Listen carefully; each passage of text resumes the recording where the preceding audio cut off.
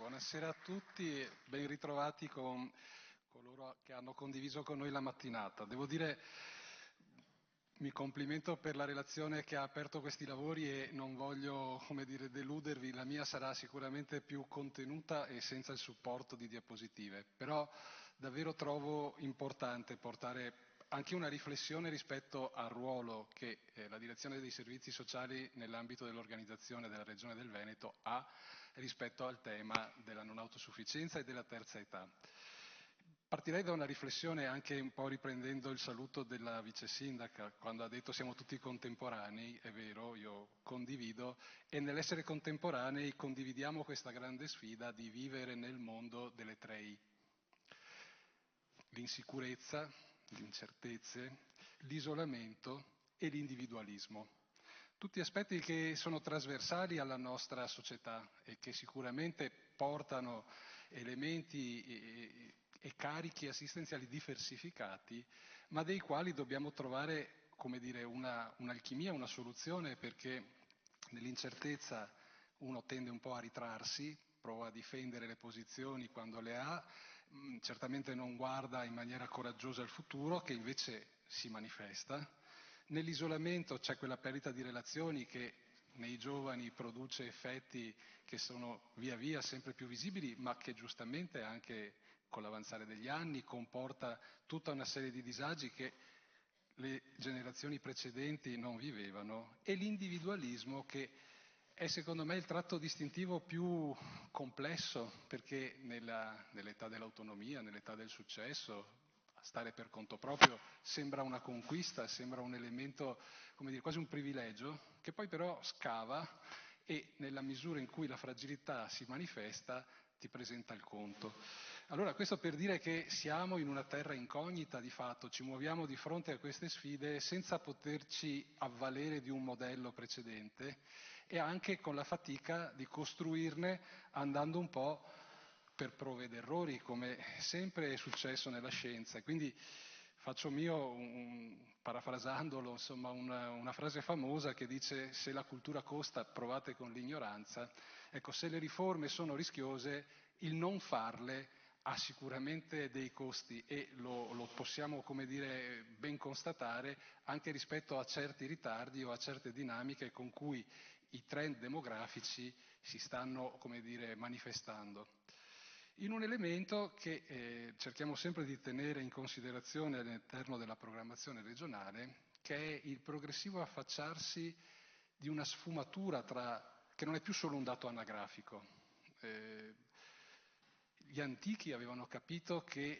la vecchiaia non era misurata in anni, ma era misurata sulla condizione di salute. E in fondo c'è tanta saggezza e c'è tanta verità in questa definizione, perché di fatto finché uno sta bene non sente il peso degli anni e quindi anche stabilire arbitrariamente, come per tanto tempo abbiamo fatto con l'uscita dal mondo del lavoro, la pensione, l'entrata nella terza età, stabilirla sui 65 anni, abbiamo ampia evidenza che questa soglia ormai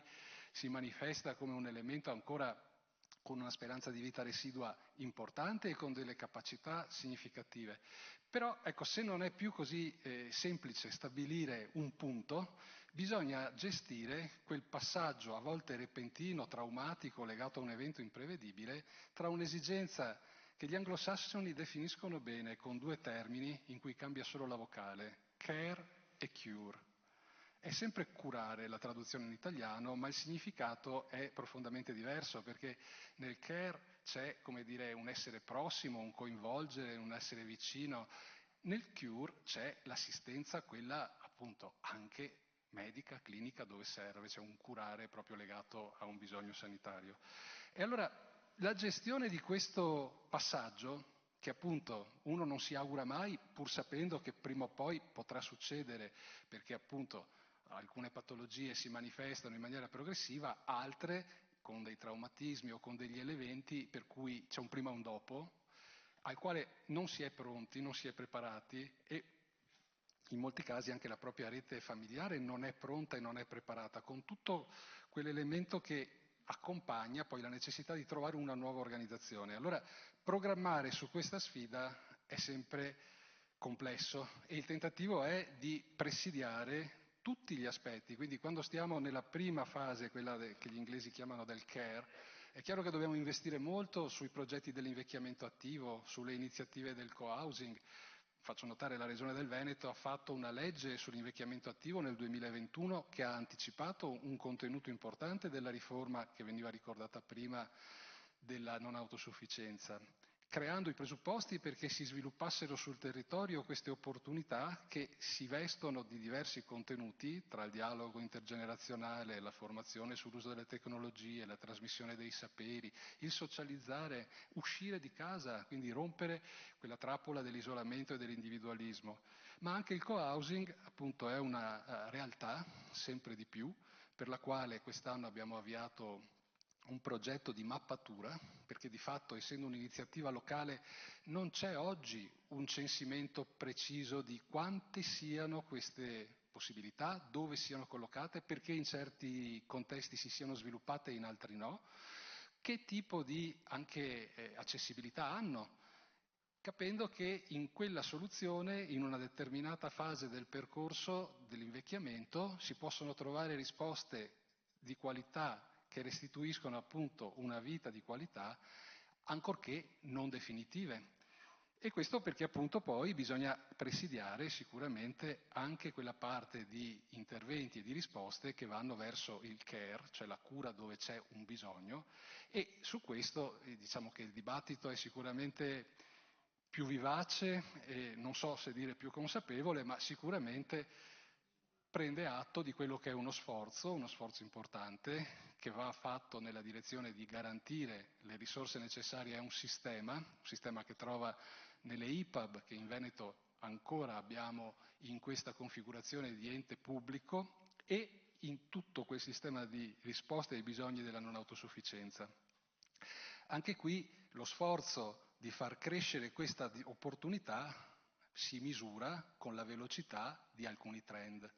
Ora, spero di aver fatto passare l'idea che non possiamo traslare automaticamente su un dato anagrafico una domanda di assistenza sanitaria, però siamo consapevoli che aumentando il numero di persone in certe condizioni, una parte di queste arrivano anche a quel tipo di bisogni. Un elemento che in questa sede mi sento di riprendere, perché tante volte compare nel dibattito pubblico, è proprio quello delle persone che, valutate come non autosufficienti, sono in una situazione di attesa di un posto in struttura residenziale. 10.972 è il numero, ed è un numero che torna spesso anche nei dibattiti, che oggi in Veneto caratterizza appunto questa condizione. Quello che nei dibattiti diciamo non emerge sempre, anche perché è un dato amministrativo di cui magari la Regione è in possesso ma non è così divulgato, è che di queste persone in attesa il 15% riceve una prestazione per assistenza a domicilio, quella che in termine tecnico si chiama impegnativa di cura domiciliare. Il 50% riceve comunque un'attività di assistenza domiciliare integrata di tipo sanitario, che ha delle caratteristiche, degli accessi orari, ma che dimostra, come dire, una presenza, un inizio di presa in carico di un bisogno. Poi ne resta un 30% che in effetti noi oggi non mappiamo nei nostri interventi, anche se da questo punto di vista si poteva spingersi con l'analisi a ricostruire quanti magari accessi al pronto soccorso, per riprendere un tema, o ricoveri ospedalieri o altre prestazioni,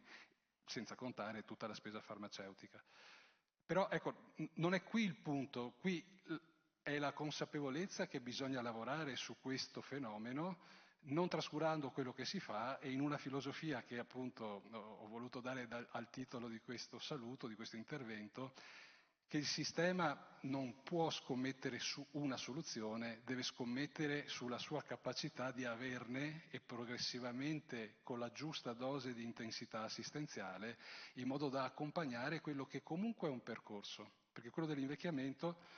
più o meno accelerato, più o meno traumatico, è un percorso che caratterizza tutta la vita e che ha, come dire, necessariamente il supporto di stili di vita, prevenzione, buone cure, capacità appunto di garantire quel livello di qualità della vita, se vogliamo prendere proprio un'etichetta assoluta, che diventa poi la vera conquista dell'allungamento della vita. Quindi rispetto a questo, e concludo qui il mio intervento, visto che appunto non voleva essere una relazione, ma sostanzialmente un saluto e un contributo a questi stati generali, dico che è importante che ci siano momenti di riflessione e di dibattito, perché davvero, se la sfida è costruire questa qualità, dobbiamo immaginarci anche di fare degli interventi continui su quelle che sono le modalità di risposta, per non, tra virgolette, autocostringerci a fare quella riflessione anche amara. Anch'io ho apprezzato l'onestà intellettuale del professore di prima,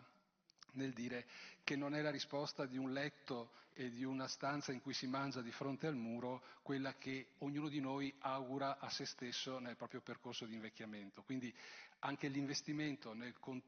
costruire queste soluzioni deve mettersi nella sfida di costruire anche delle alternative. Quindi vi ringrazio per l'ascolto, io mi fermerei qui, direttore. Grazie. Grazie al dottor Pierangelo Spano, grazie anche della precisazione intorno alle 10.000 persone che attendono un posto nelle RSA del Veneto. Devo dire, la Regione le prende in carico per quella che è l'assistenza domiciliare. Per esperienza personale le posso garantire che chi le prende in carico sono le famiglie, non quelle 2 mezz'ore che, con tutto il bene che voglio alla Regione e agli assistenti, possono dedicare a persone che per il resto della giornata, cioè 23 ore, sono relativamente autosufficienti o non autosufficienti. Quindi è sulla famiglia che ricade il peso dell'attesa per entrare in una RSA, e io lo dico per esperienza. Siamo d'accordo.